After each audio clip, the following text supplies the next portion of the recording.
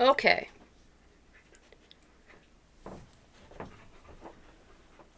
Okay, we're going to start teaching Luca the down command. And I actually, for some dogs, this can be really challenging. No. So I gave him a little correction there because he's mouthing at my hand, which is a big complaint of his owner. So we don't want to allow that. So I'm going to go ahead and pat him here. And he can smell food in my hands. So what I was saying is, I think, some dogs, this can be a real challenge, teaching them to lay down. So it depends on the dog and blah, blah, blah, blah, blah. Take two. So it can be a real challenge to teach some dogs the down command, but I don't actually anticipate it being that difficult with Luca here for a couple of reasons. Number one, he's really been responding to leash pressure pretty well. So I think we can probably use leash pressure to get him to lay down okay. In fact, I've been doing that when he's on place. And also, although he hasn't been particularly food motivated, we've really built that up quite a bit over the last few days. And so right now he can smell. I have a high value treat in my hand. I have dried liver, and I can tell he's really excited about that. So that's going to help us too. And so I think I may even use a clicker. I'm going to run over there and grab a clicker real quick and get started. And he doesn't know what the clicker means, I don't think, unless maybe he did some puppy training with the clicker. So I'll spend just a minute here clicking and treating, and he still may not understand that the clicker means a treat is coming, but he'll continue to pick up on that as we work. So I'm not super concerned about it. I don't like to spend a ton of time on it, but I like to spend just a minute doing that and kind of give them a little head start. And I'm just giving tiny, tiny pieces because I don't want his belly to fill up and then he's not motivated anymore to work for the food. No. So he's being a little too nosy. I don't have my bonker nearby, so I just used a leash pop. Good. So I'm not doing anything special. I click, and then I feed. And then I'll start waiting a couple seconds before I feed so that he understands even if I click, it might be a minute before the food comes.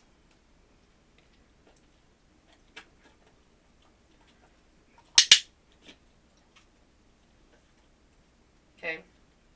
So I'm just going to do a couple more and then we're going to get started.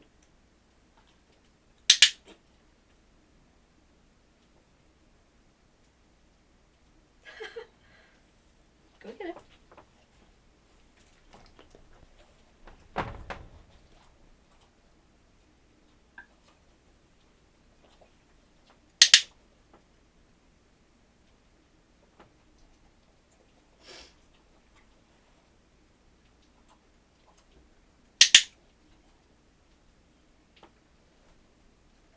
Alright, so here we go.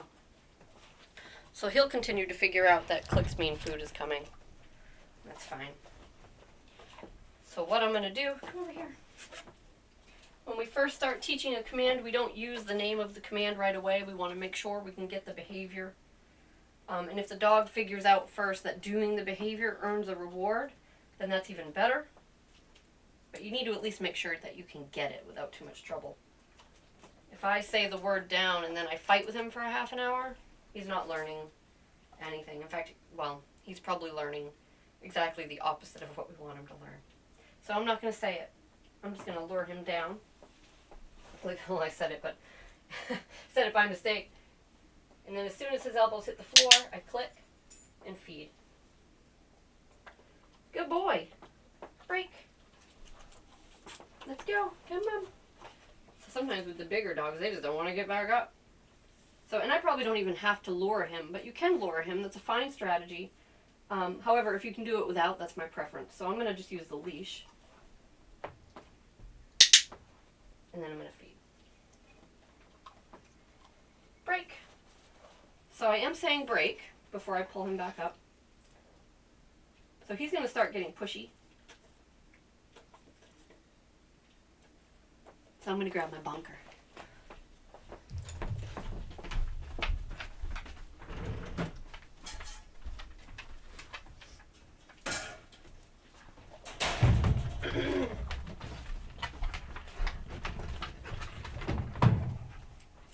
So people say manners are hard to teach. Hell, trainers say manners are hard to teach. The reason they find them hard to teach is because they're trying to create manners through commands, and you can't. So all that needs to happen is you need to give the dog the correct feedback about the lack of manners. So when he gets pushy, I'm going to bonk him. If he does get pushy, which he probably will.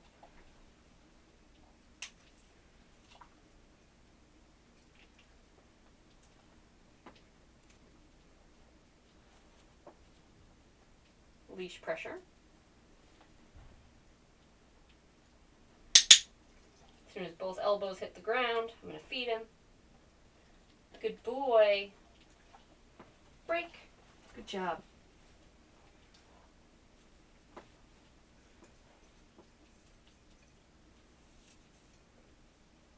No.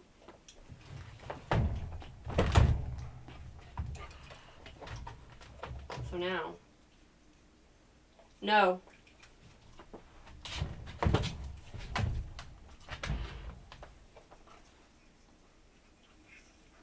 Break. Good. Lower him down. Good.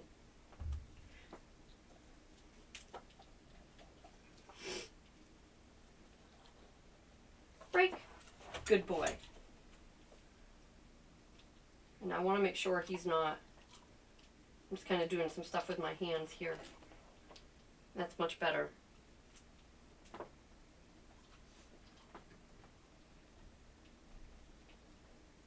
Good. Break. So it's easy, if we're always feeding our dog from our hands, to inadvertently teach them to get nosy and pushy with our hands. But then you start nurturing the wrong mindset. We need more liver. Come on, let's go, buddy. Good boy.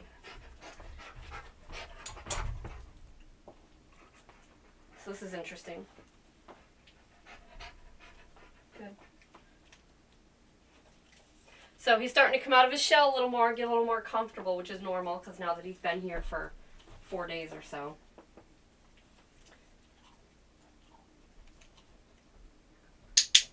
Now it's important when you do this that you're ready with your clicker, not with the treat. Break. The most important thing is that you click at the right time, and then you feed following the click. Let's go. Break. Good. Okay, so lure him down, or leash pressure. And then click. And then feed. Good. Break. Good boy.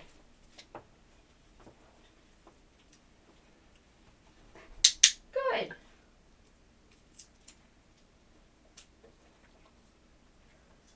Break. Come on. Let's go. He doesn't like getting back up. So I'm going to start using the word since he's doing a pretty good job here. Down. Click. Okay. So we're going to have to do quite a few reps. Break. Good. But after enough repetition of I say down, and then you have to do this to get the click, he'll start to do it on his own. Down.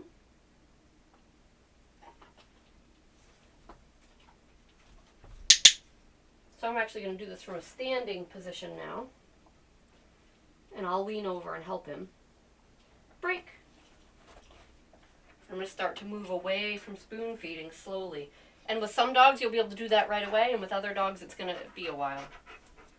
Down.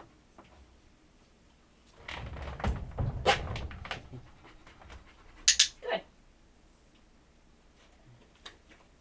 Break. Good.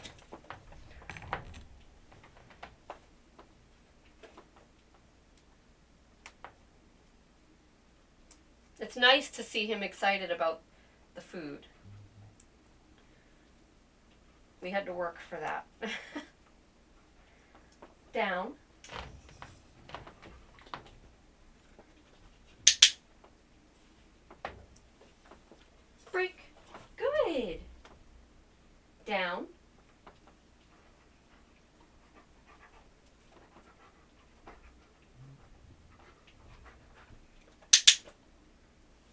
Still being a little mouthy, and I will address that. Break. But, you know, I was in the middle of a repetition, so you kind of pick your battles. Now, if he was really aggressive, if he was really aggressively mouthing me, then we would prioritize that. But right now, it's like you pick your battles. What do I want to focus on? So I'm focusing on teaching this behavior. But if it gets to be disruptive, then I'm certainly going to prioritize that instead, and I'm going to address that directly. Down.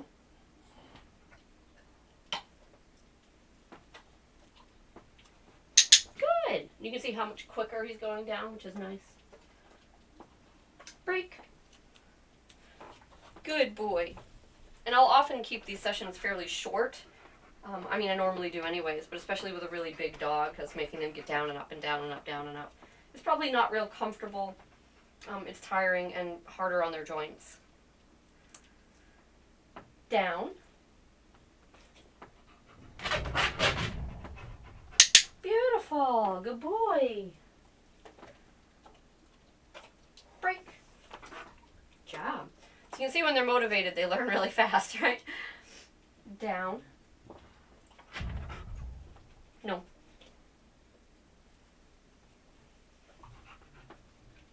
Good.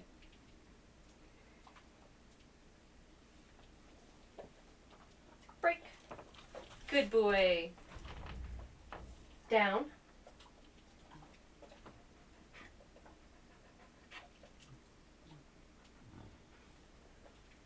So I was giving him a minute to think about it.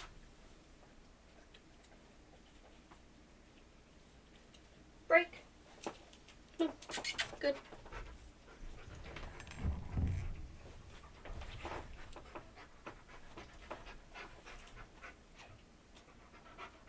So he's good at sitting with the leash pressure up now, which is great.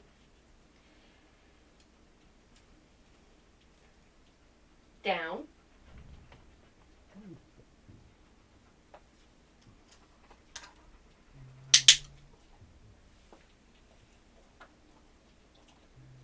Break. Good. Down.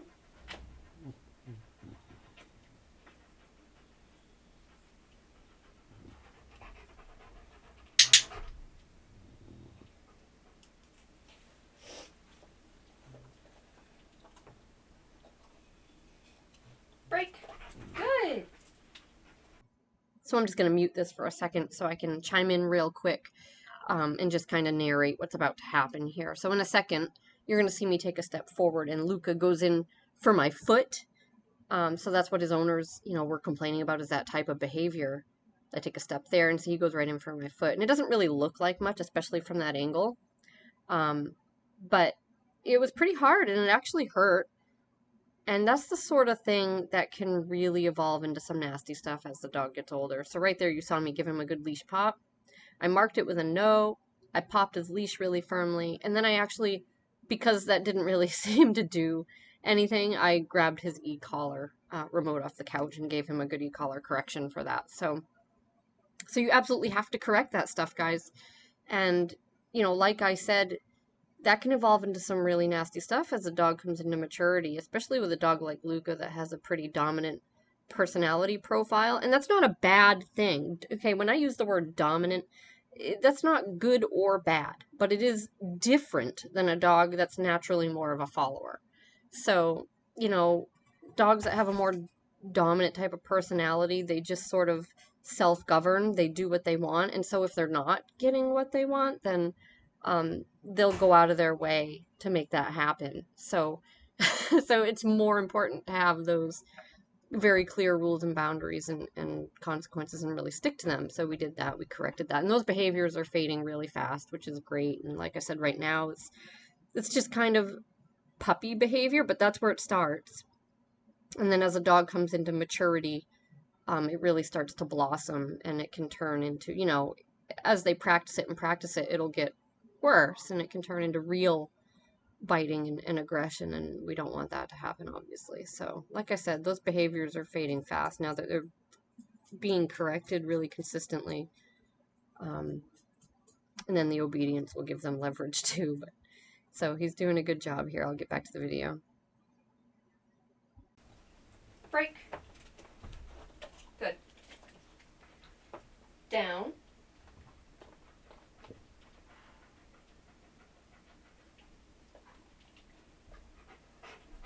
Good. That's why it's so important to kind of wait the dog out.